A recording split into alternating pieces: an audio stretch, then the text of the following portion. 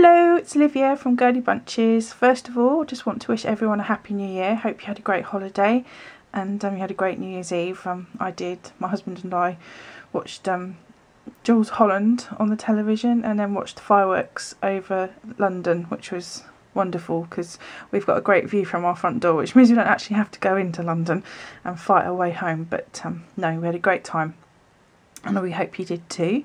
So today I thought I would go through making a baby hat because a lady at work is having a baby in February, and she asked me if I would make a couple of baby hats for her, which I'd never made before, and discovered they were very easy, so I thought I would show you. That's, you know, we all liked easy projects, and that's good to get us going and think about different things that we can move up to. So I haven't got a picture of what I did, so I shall have to put one in at the end of what we've made. That doesn't make sense. So what we do is we're going to start with a magic loop, and I've done a video before and I'll put a link down below on how to do the magic loop, but basically you start off by wrapping around your finger and putting the crochet hook through and starting off with a single pull through like that, and then you can start your work and work around the loop. Other people start by doing chains and then making a loop with it, but for me this works better because sometimes you can't always get the right number of chains, and if it's too tight then your work will be puckered, and if it's too loose it'll be too flappy. So this is why I like this method. So what we're going to do is we're going to make 5 treble groups into this loop. So in each group we'll have 3 trebles. So we'll make 3 chains, and that will count as our first treble. So in the previous video I've shown you how to group trebles together, and this is same principles, exactly the same way, and that is a group. I'll put a link down below. I'll put a link down below on how to make that group so you can watch that video again, but you'll get the idea as we're going around. So that's the first group there, and then I'm going to chain 2 like so, and then I'm going to do another group next to it.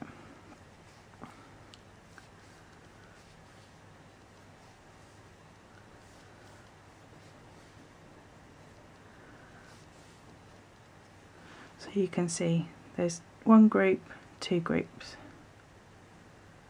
Then I'll chain 2 and do the same next to it.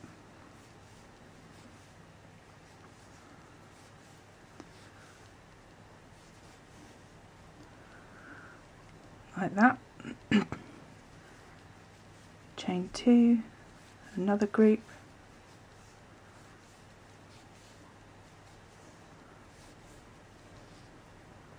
oops,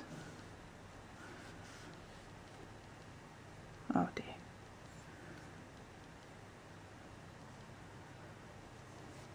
there we go. So that's 4, and we're going to do 1 more here, chain 2,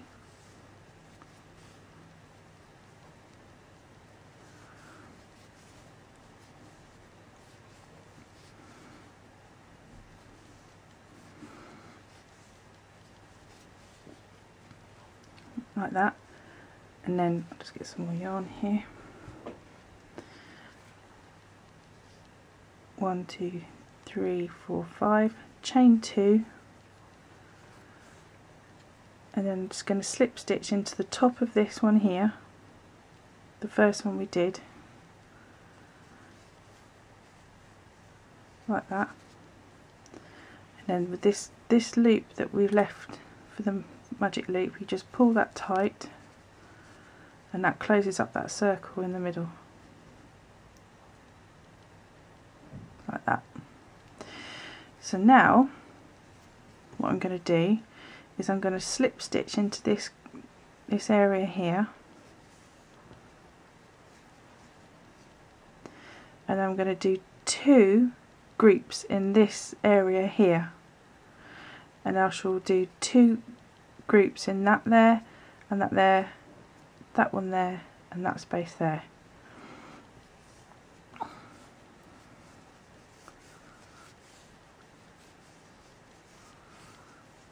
So exactly as we did in the row before, but I'm just doing 2 groups into each chain space.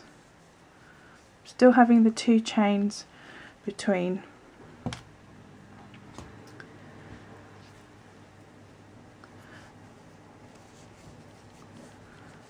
each group. Sorry, I've lost my train of thought then. Concentrating. Like that.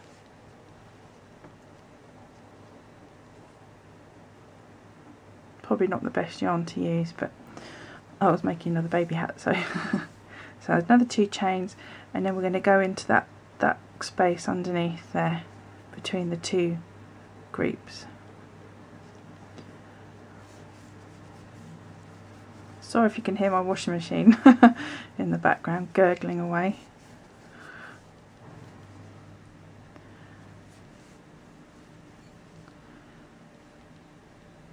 Okay, so you get the idea. So I'll just speed up so you don't have to watch me do each one.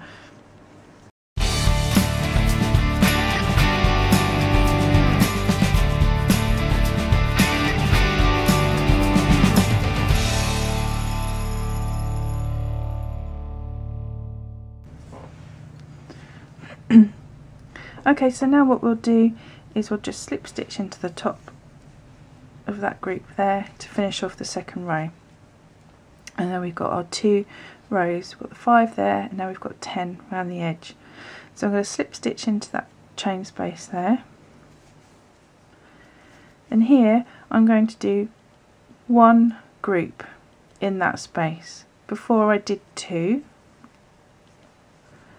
but this time I'm going to do 1 in this space, and the next chain space I'm going to do 2, and then I shall do 1 in here, 2, 1, 2, 1, 2, 1, 2.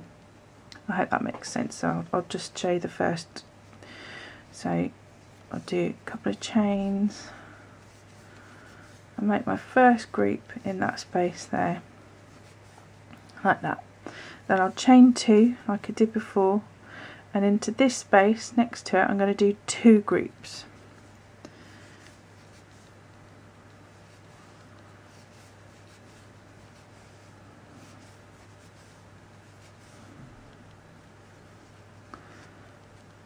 Chain 2, and into the same space do another group.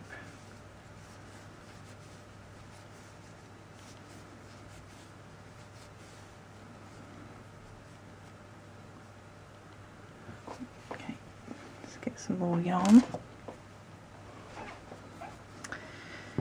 So chain 2, and again 1 and then 2.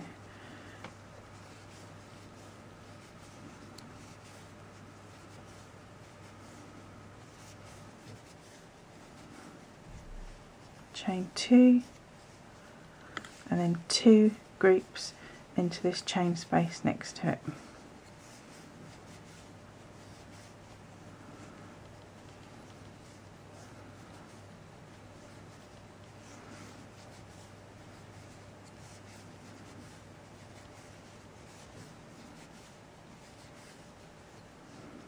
Like that.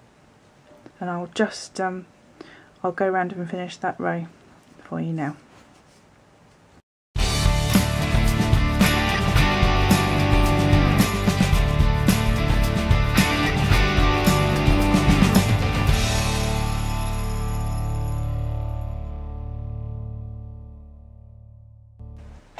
Okay, so there we go.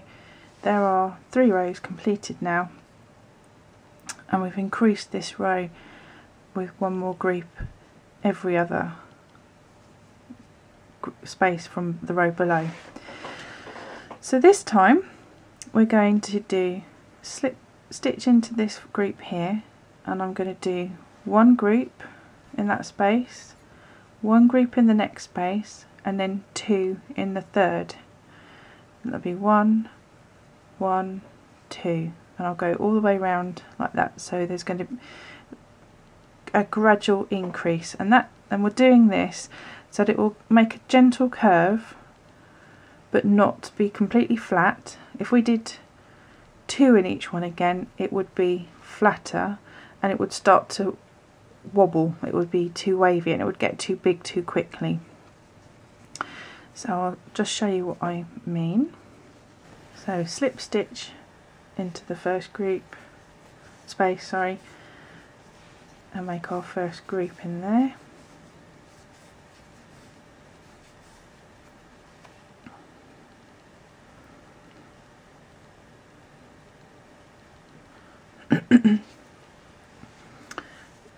Chain 2, and then we'll do one group in the next one.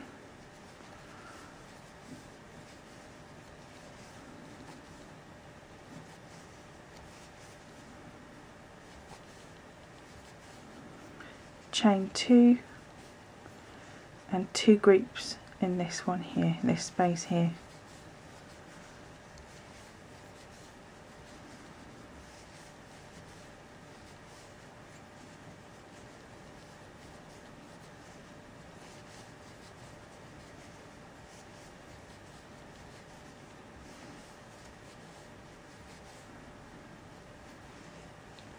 And then we'll start again by doing one group there, one group there, and 2 groups in that one.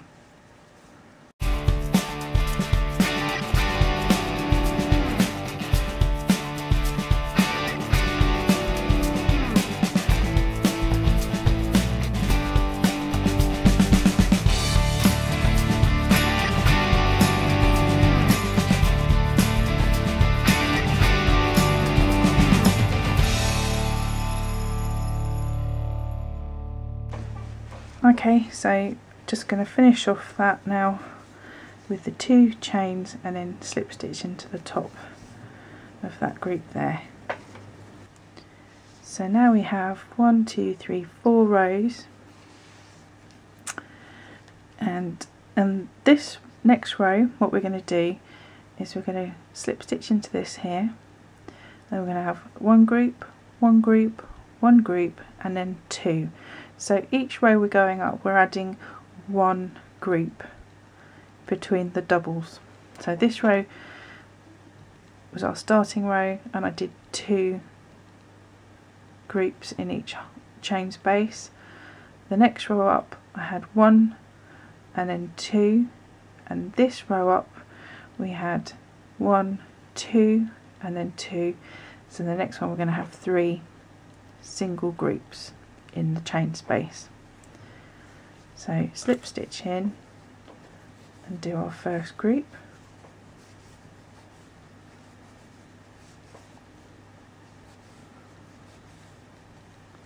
two chains,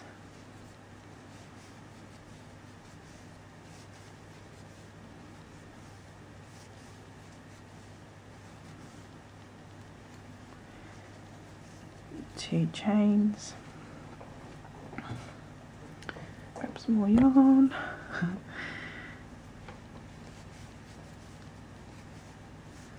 and one more group. That's 1, 2, 3, and then this one we'll do 2, each with 2 chains between them to space them out.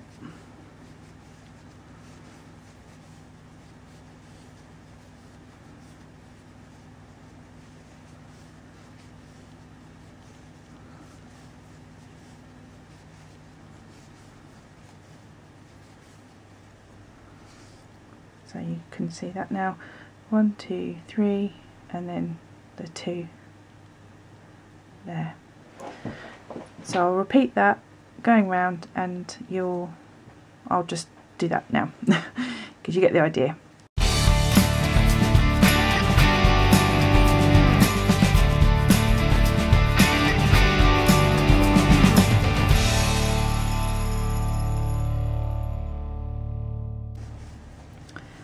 Okay, so we're just doing the last group of that row, and again finish with 2 chains and a slip stitch into the top of the first group like that.